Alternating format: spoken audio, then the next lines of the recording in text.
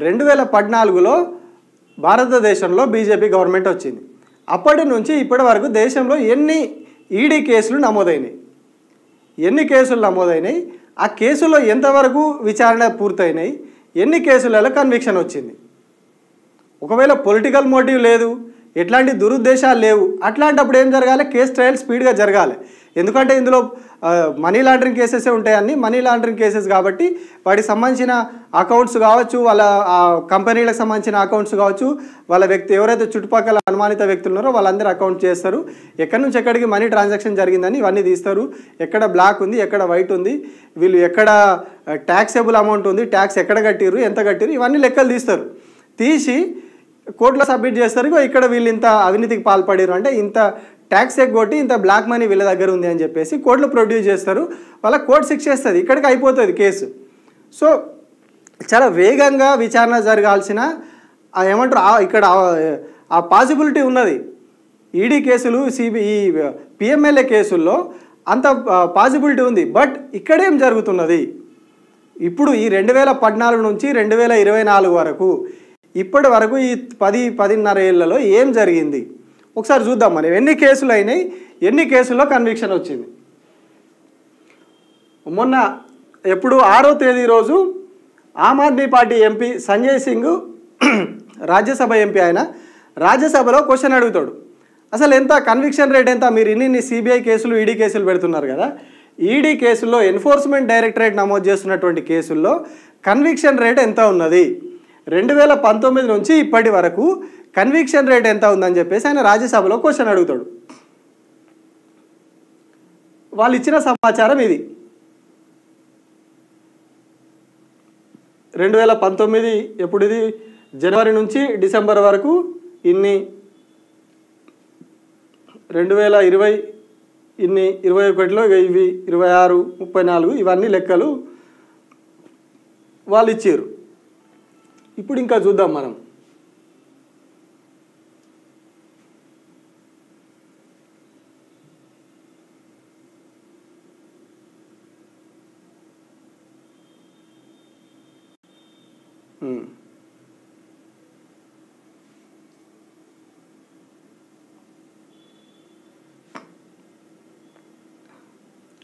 ఇది ED lodged 132 money laundering cases against politicians since 2019.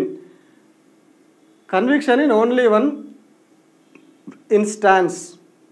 మొత్తం ఎన్ని కేసులు 2019 నుంచి రాజకీయ నాయకుల మీద 132 కేసులు పెట్టారు. 132 కేసులల్లా కన్విక్షన్ వచ్చింది అంటే నేరం రుజువై శిక్ష పడింది ఎవరికి, ఒక్క కేసులా శిక్ష పడ్డది.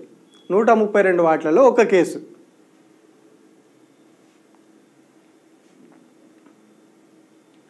ఇప్పటి నుంచి ఎంపీలు, సిట్టింగ్ ఎంపీలు, ఎమ్మెల్యేలు, ఎమ్మెల్సీలు, రాజకీయ నాయకులు, మాజీ లీడర్లు ఉన్నారు వీళ్ళు అందరు. ఇలా మొత్తం 132. ఇక్కడ టేబుల్ ఉంది.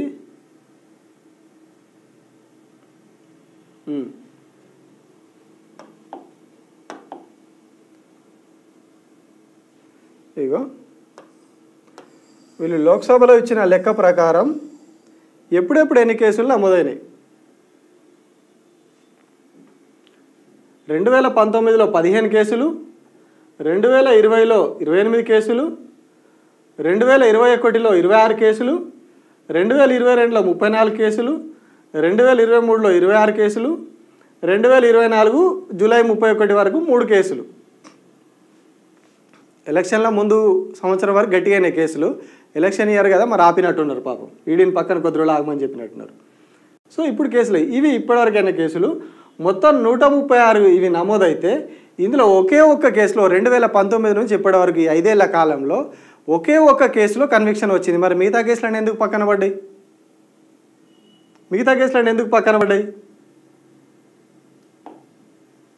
ఇది వీళ్ళు చెప్పిన లెక్కలు ఇవన్నీ. రాష్ట్రాల వారీగా ఎక్కడెక్కడ ఎన్ని కేసులు ఉన్నాయి అనేది. పాపం గుజరాత్లో ఎవరు అవినీతి చేస్తలేరు. గుజరాత్లో 0 కేసులు. అందరు సత్యపూసలు అంటున్నారు గుజరాత్లో. ఇది గుజరాత్, ఇది ఒక్క కేసు కూడా లేదు గుజరాత్లో. కామెడీ. ఈ టేబుల్ మొత్తం చూస్తే కామెడీ ఏముంటుందంటే బీజేపీ పాలిత రాష్ట్రాల్లో చాలా రాష్ట్రాల్లో ఈడీ కేసులే ఉన్నాయి. చూపిస్తాం మీకు. ఇక మహారాష్ట్ర ఎప్పుడు ఇది 2021లో 8, 22లో 7 కేసులు, 23లో 17 కేసులు, 24కి వచ్చరికి ఇప్పుడు 9 కేసులు.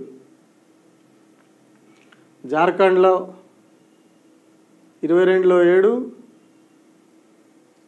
23లో 22, ఇప్పుడు ఈ ఏడాదిలో 18 కేసులు. వెస్ట్ బెంగాల్లో ఇగో 22లో 15 కేసులు, 2023లో 17 కేసులు, 2024లో 9 కేసులు జూలై వరకు.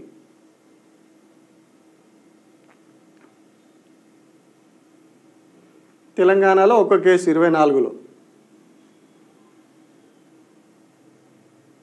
నాగాలాండ్లో లేవు, మిజోరాం లేదు, మేఘాలయ లేదు, మణిపూర్లో 1 కేసు 2023లో. ఇది వాళ్ళు ఇచ్చిన చార్ట్. ఇది అంటే రాష్ట్రాల వారీగా నమోదైన కేసులు ఇవి వాళ్ళు ఇచ్చినాయి.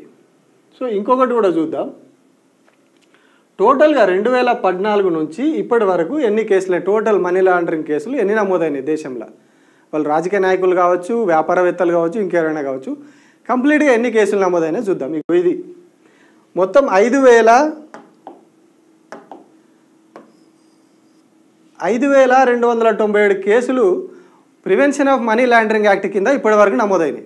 2014 నుంచి ఇప్పటి వరకు ఈ 10 ఏళ్ల కాలంలో 5,297 కేసులు నమోదైనాయి. ఇది ఎప్పటి వరకు? ఆగస్టు 6వ తేదీ వరకు ఇది లెక్క. 5,297 కేసులు. ఈ కేసుల్లో ఎంత కన్విక్షన్ వచ్చింది? మరి ఇన్ని కేసులు పెట్టిరు అంటే మామూలుగా కేసు స్టార్ట్ అయిందంటే నడుస్తూ ఉంటుంది విచారణ, కోర్టు హియరింగ్స్ నడుస్తాయి. మామూలు వేరే కేసులు వాటిల్లో అయితే లేట్ ఉంటుంది. బట్ ఇవి ఈజీగా ఎవిడెన్స్ అవన్నీ తీస్తారు, ఆ ట్రాన్సాక్షన్ తీస్తారు, కోర్టుకు ప్రొడ్యూస్ చేస్తారు, కోర్టు శిక్ష వేస్తుంది. బట్ ఇక్కడ ఈడీ ఏం చేస్తుంది, ఈడీ పనితనం ఎట్లా ఉందనేది కన్విక్షన్ రేట్ అనేది చెప్తుంది. ఇక్కడ నిజంగానే ఈడీ కరెక్ట్ పనిచేసి, సిబిఐలు ఇవన్నీ కరెక్ట్ పనిచేసి, నిజంగానే వీళ్ళు తప్పు చేసిర్రు, తప్పు చేసిన వాడిని లోపలేయాలనే కాన్సెప్ట్ తోటి పనిచేస్తే కన్విక్షన్ రేట్ అనేది ఎక్కువ ఉండాలి. అంటే వీళ్ళు ఫాస్ట్గా ఎంక్వైరీ చేసి అటు ఎవిడెన్స్లు అన్నీ తీసి కోర్టుకు సబ్మిట్ చేయాలి. బట్ వీళ్ళు ఏం చేస్తున్నారు? ఎన్ని కేసులు అయినాయి? ఇందులో 5,297 కేసులు అయితే ఇందులో కన్విక్షన్ వచ్చింది ఎన్ని అంటే 2014 నుంచి 24 వరకు 5,297 కేసులు అయితే కేవలం 40 కేసులలో ఓన్లీ 40 కేసులలో మాత్రమే కన్విక్షన్ వచ్చింది. 3 నిర్దోషులుగా బయటకు వచ్చారు, 3 కేసులలో నిర్దోషులుగా బయటకు వచ్చారు. 40 కేసులు మాత్రమే ఏమంటారు నేరం రుజువై శిక్ష పడ్డది.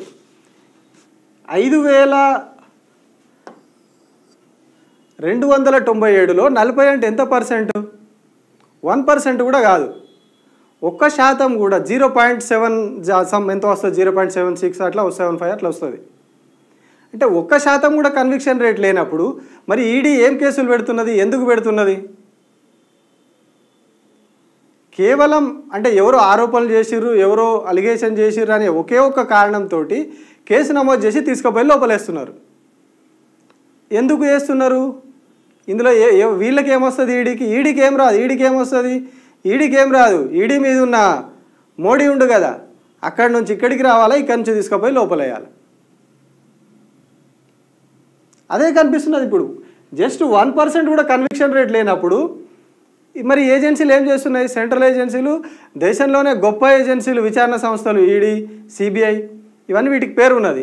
మరి వీళ్ళు ఏం చేస్తున్నట్టు 5,000 కేసులు, 5,297 కేసులు మనం రౌండ్ ఫిగర్ వేసుకుంటే 5,300 కేసులల్లో కేవలం 40 కేసుల్లోనే నీకు కన్విక్షన్ వస్తే, అంటే నేరం రుజువై శిక్ష పడితే, మరి మిగిలిన ఈ 5,237 మంది,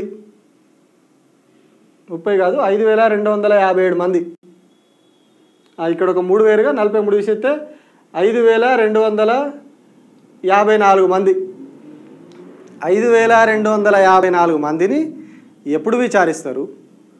వాళ్ళ ఏమంటారు ఛార్జ్ షీట్లు ఎప్పుడు వేస్తారు? వాళ్ళ మీద ఎప్పుడు నేరం రుజువు అవ్వడమా లేకుంటే వాళ్ళు నేరం చేయలేదని తేలడమా ఎప్పుడు జరుగుతుంది? కోర్టులో హియరింగ్స్ ఎప్పుడు అవుతాయి? ఇది ఎప్పుడు తేలుతుంది?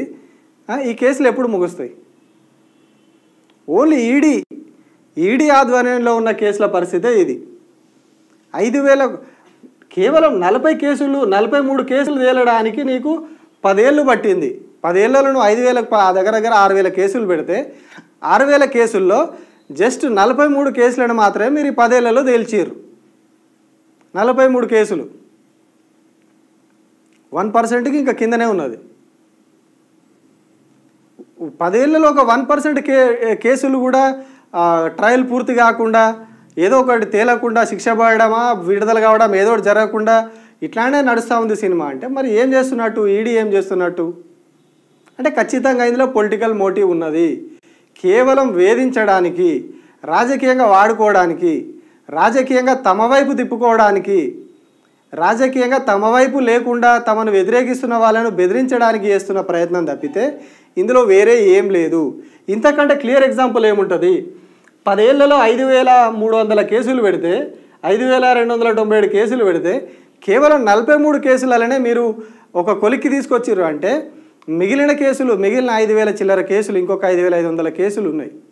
ఆ కేసులు విచారించడానికి, విచారణ పూర్తి అవడానికి ఇంకేం ఏళ్ళు పడుతుంది?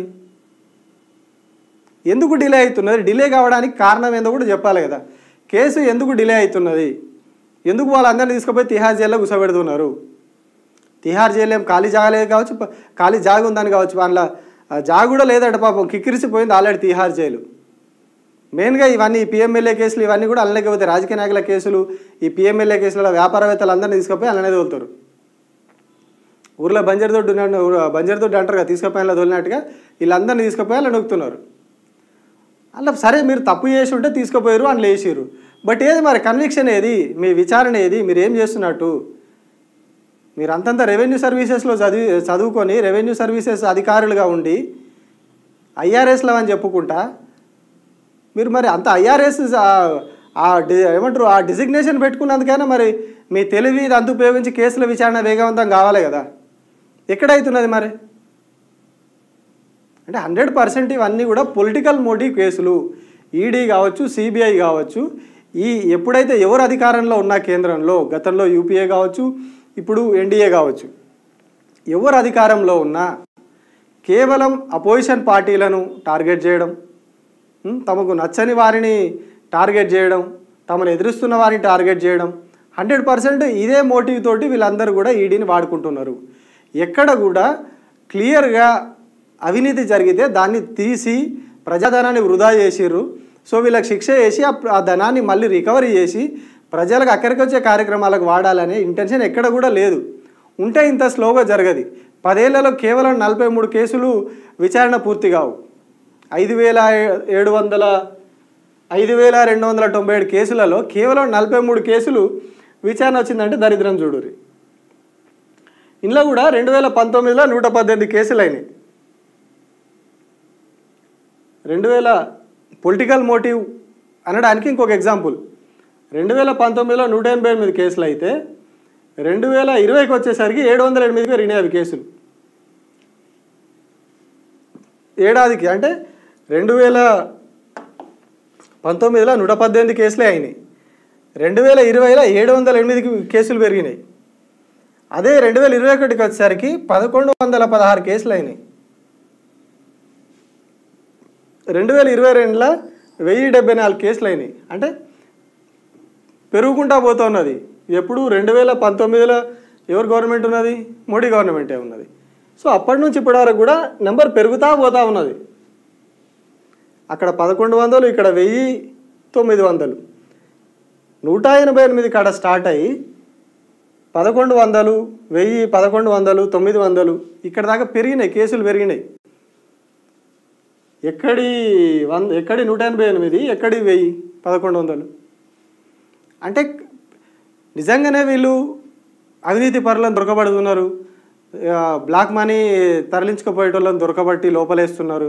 వాళ్ళని విచారించి నిజాలు బయటికి తీసి వాళ్ళని లోపలేస్తున్నారు అనుకున్నప్పుడు వాళ్ళని ఎవరిని కూడా మరి బీజేపీ దగ్గర రానియద్దు, దాని మిత్రపక్షాలలో కూడా ఉండొద్దు వాళ్ళు అట్లాంటి వాళ్ళు. కానీ అజిత్ పవార్ మీద ఈడీ కేసు అయింది, అజిత్ పవార్ల భార్య మీద అయింది.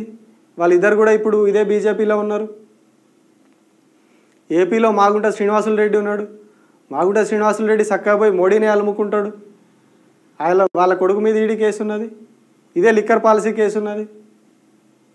సో అంటే సెలెక్టివ్గా ఈ ఈడీ కూడా కంప్లీట్గా పొలిటికల్ ఎజెండా తోటి సెలెక్టివ్గా పనిచేస్తున్నది అనేది ఇవన్నీ క్లియర్ ఎగ్జాంపుల్స్. మనకి కేసులు పెరిగినప్పుడు నిజంగా మంచి ఇంటెన్షన్ తోటి పెరుగుతలేవు ఈ కేసులు అనేది మనకు క్లియర్గా అర్థమైపోతూ ఉన్నది. కేవలం పొలిటికల్ వెండేటా, పొలిటికల్గా రాజకీయ దురుద్దేశము, వాళ్ళని తొక్కాలి, వాళ్ళని అనగదొక్కాలనే ఒక ఇంటెన్షన్ తోటి ఈ కేసులన్నీ పెరుగుతూ పోతూ ఉన్నాయి. కేసులు పెరిగినంత ఈజీగా కన్విక్షన్ జరుగుతలేదు, విచారణ జరుగుతలేదు, ఆ ఛార్జ్ షీట్లు ఫైల్ అవుతలేవు. ఎందుకు అవుతలేవు అంటే పైనుంచి ఆర్డర్స్ వస్తలేవు. పైన ఉన్నటువంటి మోడీ ఆర్డర్స్ ఇవ్వాలి, ఈడీఓలు ఛార్జ్ షీట్ వేయాలి, లేకుంటే దానికి సంబంధించిన ఆధారాలను ప్రొడ్యూస్ చేయాలి. అప్పుడు కేసు తొందరగా అయిపోతుంది. బట్ వీళ్ళు అక్కడి నుంచి పర్మిషన్ రాక ఇవన్నీ వీళ్ళు పెండింగ్లో పెడుతున్నట్టున్నారు. సో కేసులు ప్రొలాంగ్ అవుతా పోతూ ఉన్నాయి. ఇప్పుడు ఎట్లయితే సిసోడియా 18 నెలల నుంచి జైల్లో ఉన్నాడు, ఇప్పటివరకు ఆ కేసు ఎటు తెలియలేదు. లిక్కర్ పాలసీ కేసు ఇన్ని వందల కోట్లు అన్ని వందల కోట్లు అని బయట ప్రచారం చేయడం, ఎన్నికల్లో వచ్చి లబ్ధి పొందుకోవడం, మోడీ మాట్లాడడం, వాళ్ళు మాట్లాడడం, బీజేపీ వాళ్ళు మాట్లాడడం. ఇంకా దీని చరిత్రలోకి పోతే ఫస్ట్ బీజేపీ వాళ్ళే ప్రెస్ మీట్ పెట్టి చెప్తారు అవినీతి జరిగిందని. ఎవడు దొరకబట్టిండు? ఈడీఓడు నేను దొరకబట్టినా, నేను కేసు పెట్టినా, ఇది అవినీతి జరిగింది, మాకు సమాచారం వచ్చింది, ఢిల్లీ లెఫ్టినెంట్ గవర్నర్ మాకు సమాచారం ఇచ్చిండు అని చెప్పేసి ఈడీ కేసు నమోదు చేస్తుంది, సిబిఐ కేసు నమోదు చేస్తుంది. దీనిలో తెలంగాణకు సంబంధం ఉన్నది, కవితకు సంబంధం ఉందని ఢిల్లీలో బీజేపీ వాళ్ళు ప్రెస్ మీట్ పెడతారు. అంటే అప్పటికే ఆమ్ ఆద్మీ పార్టీ వాళ్ళు ఈడీ కస్టడీలకు, సిబిఐ కస్టడీలకు వెళ్ళిపోతారు. వెళ్ళిపోయిన తర్వాత అక్కడ జరిగే విచారణ, అక్కడ ఎవరి పేర్లు చెప్పారు, ఎవరి ప్రమేయం ఉందనేది అక్కడ ఎంక్వైరీలో తేలింది. బీజేపీ వాళ్ళకి ఎట్లా తెలుస్తుంది? బీజేపీ వాళ్ళు వచ్చి ఎందుకు ప్రెస్ మీట్ పెడతారు? వాళ్ళు ప్రెస్ మీట్ పెట్టినాక కొద్ది రోజులకే వచ్చి కవితను విచారణకు ఎందుకు పిలుస్తారు? సో ఇదంతా కూడా మనం ఒక లింక్ చేసుకుంటూ వెళితే మళ్ళీ అల్టిమేట్గా మోడీ దగ్గరికి వెళ్తుంది. ఇది ఇక్కడ ఈడీ దగ్గర స్టార్ట్ అయ్యి ఎవరైతే ఈ వాళ్ళని విక్టిమ్స్ అనాలా లేకుంటే నిందితులు అనాలా? వీళ్ళు చేస్తున్న పనులకి నిందితులని కాకుండా వాళ్ళని బాధితులు అనాల్సిన పరిస్థితి వస్తున్నది ఇప్పుడు. ఎందుకంటే ఇన్ని రోజులైనా నేరం రుజువు కాదు, బట్ కేసుల సంఖ్య పెరుగుతుంది, కన్విక్షన్ రేటు తగ్గుతుంది. జస్ట్ 0.75 అట్లా 75 76 ఉంది అంతే కన్విక్షన్ రేటు ఈ 10 ఏళ్లలో. అప్పుడు ఎందుకు మరి ఈడీ ఇంత వ్యవస్థ పెట్టుకొని, ఇంత పెద్ద ఇంకా ఆఫీసర్లను పెట్టుకొని, రీజనల్ సెంటర్లు పెట్టుకొని, ఢిల్లీలో ఆఫీస్ పెట్టుకొని వాళ్ళకు లక్షల జీతాలు ఇచ్చుకుంటా ఇంత ఎందుకు చేస్తున్నట్టు? అంటే కేవలం రాజకీయ దురుద్దేశమైనటువంటి ఆ కార్యక్రమాలను కొనసాగించడానికి, పొలిటికల్గా వాళ్ళను తొక్కడానికి, వీటి కోసమే ఈడీ పని చేస్తున్నదా? ఇవన్నీ అవే కదా ఎగ్జాంపుల్స్. మనం ఇప్పుడు క్లియర్గా ఎక్స్ప్లెయిన్ చేసుకుంటూ వచ్చినాం. మనం ఇప్పుడు 5297 కేసులలో 43 కేసులనే కన్విక్షన్ వచ్చింది అంటే ఇంతకంటే దారుణం ఉంటుందా? 2014 నుంచి 2019 వరకు కొంత తక్కువ ఉండే కేసులు, ఆ తర్వాత కంటిన్యూగా పెరుగుతా పోయినాయి. మరి అవినీతి పరులు అంతగానం పెరిగిరా? అప్పుడు ఆ 2014 నుంచి 19 దాకా లేని అవినీతి పరులు 2019 నుంచి అప్పుడే అంత పెరిగిపోయారు. అన్ని కేసులు ఎందుకు పెరిగినాయి? సరే కేసులు పెరిగినాయి, తప్పు చేసినప్పుడు పెరగవచ్చు, మరి అదే స్థాయిలో నీకు విచారణ జరగాలి, కానీ జరగతలేదు. కంప్లీట్గా ఈడీ అనేది ఒక రాజకీయ దురుద్దేశపూర్వకంగా చేయడానికి తప్పితే వేరే అది దేనికి కూడా వాళ్ళు పనిచేస్తున్నట్టుగా అనిపిస్తలేదు.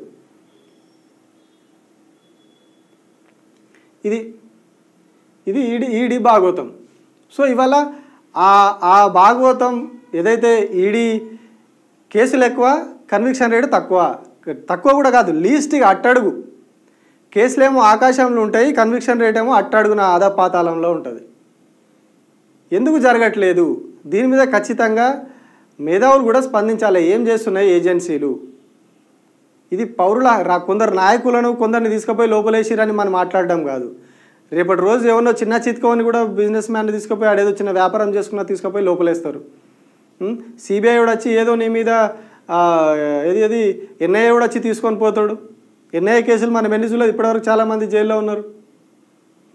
కేవలం అంటే ఒక కక్ష సాధించాలి, ఒక వ్యక్తి మీద, ఒక వ్యవస్థ మీద కక్ష సాధించాలి అనుకున్నప్పుడు ఈడీని, సిబిఐని, ఎన్ఐఏను ఇట్లాంటి వాటిని ప్రయోగిస్తున్నారు అనేది ఇప్పుడు ఈడీ విషయంలో మనం క్లియర్ కట్గా ఎగ్జాంపుల్స్ చూసినాము. ఎన్ఐఏలో ఇట్లాంటి కేసులు తక్కువ ఉండొచ్చు, బట్ సిబిఐలో ఈడీలో 100% జరుగుతున్నది ఇదే అనేది కేసులు రిజిస్టర్ అవుతున్న తీరు కన్విక్షన్ రేటును బట్టి చూస్తే మనకు అర్థమైంది. అట్లనే సుప్రీంకోర్టు స్వయంగా సుప్రీంకోర్టు న్యాయమూర్తులు చేసినటువంటి వ్యాఖ్యలు అంటే మీరు ఇష్టారాజ్యంగా వాళ్ళను బంధించి జైల్లో పెట్టేద్దాం, జైల్లోనే ఉంచుదాం వాళ్ళను అని చెప్పి అంటే మీకు ఇష్టం వచ్చిన రోజులు మేము జైల్లో పెడతామని అనుకోవడం ఇదంతా కూడా కరెక్ట్ కాదు అని చెప్పి సుప్రీంకోర్టు కూడా కామెంట్ చేసింది. అంటే ఈడీ పనితీరు ఏంది అనేది మనం ఇక్కడ అర్థం చేసుకోవాలి. కేవలం ఒక స్క్రిప్టెడ్ అదిగా చేసినట్టుగా స్క్రిప్ట్ రాసుకొని సినిమా తీసినట్టుగా అక్కడి నుంచి ఒక వ్యక్తి చెప్పడం, అక్కడ ఒక లిక్కర్ పాలసీ కేసులో తిహార్ జైల్లో ఉన్న వ్యక్తి ఒక లేఖ బయటకు వదులుతాడు, ఆయన కోర్టుకు వచ్చినప్పుడు కొందరు పేర్లు చెప్తాడు, దాన్ని పట్టుకొని ఇంకొకరి మీద కేసు అవుతుంది, ఇంకొకరి మీద కేసు అవుతుంది, చైన్ లింక్ పోతూ ఉన్నది. బట్ ఎక్కడ దానికి ముగింపు లేదు ఇప్పటివరకు. అది ఎక్కడ ఆరంభమైంది, ఎక్కడ అంతమైంది, మనీ ఎక్కడ నుంచి ఎక్కడికి పోయింది, ఎవరెవరు 8,000 కోట్లు తీసుకున్నారు, 800 కోట్లు తీసుకున్నారు అనేది ఇప్పటివరకు ఎక్కడా లేదు. మరి ఈ లిక్కర్ పాలసీ కేసులో సో దీన్ని కంప్లీట్గా ఇంకొక విషయం, వీళ్ళు మరి ఇంత సత్యపూసలు ఇంత నిక్కచ్చిగా అవినీతిని అది చేస్తామనుకున్న వాళ్ళు ఇదే లిక్కర్ పాలసీ కేసులో వీళ్ళు ఏమంటున్నారు, 600 కోట్ల 300 కోట్ల స్కామ్ జరిగింది, ప్రజాధనాన్ని రాష్ట్ర ప్రభుత్వం ఒక చట్టం తీసుకొచ్చి ప్రజలకు రావాల్సిన డబ్బులని దారి మళ్లించి కమిషన్ను పెంచి ప్రైవేట్ వ్యక్తులకు పోయేలాగా చేసిరు, కంపెనీలకు పోయేలాగా చేసిరు అని చెప్పేసి వీళ్ళు చెప్తున్నారు, ఈడీ చెప్తున్నది, బీజేపీ నాయకులు చెప్తున్నారు. బట్ అదే మన పొరుగు రాష్ట్రమైనటువంటి ఆంధ్రప్రదేశ్లో ల్యాండ్ పూలింగ్ యాక్ట్ అని ఒకటి తీసుకొచ్చి ప్రజల నుంచి భూమి తీసుకొని అందులో కొందరు వ్యక్తులకు లాభం జరిగేలాగా భూమి విలువను పెంచి అంటే ఎందుకు పనికిరాని భూమిని ఒక గవర్నమెంట్ పని కోసం తీసుకొని అక్కడ రాజధాని నిర్మిస్తామని చెప్పి అందులో కొంత ప్రాంతం వాళ్ళకి రైతులకు ఇస్తామని చెప్పి ఆ రైతుల రూపంలో అప్పటికే కొందరు వచ్చి రియల్ ఎస్టేట్ బ్రోకర్లు వాళ్ళ కులపోళ్ళు ఎవరైతే చంద్రబాబు నాయుడు ఉన్నాడో వాళ్ళ కులపోళ్ళు వచ్చి అక్కడ తిష్టేస్తారు. ఎస్సీ ఎస్టీ బీసీలు భూములు దాదాపు ఖాళీ అయిపోయినాయి, అక్కడ రెడ్ల భూములు కూడా ఖాళీ అయిపోయినాయి. కేవలం ఆ ఒక్క సామాజిక వర్గానికి చెందినటువంటి పెద్ద పెద్ద ల్యాండ్లన్నీ కూడా ఇప్పుడు అక్కడ ఉన్నాయి.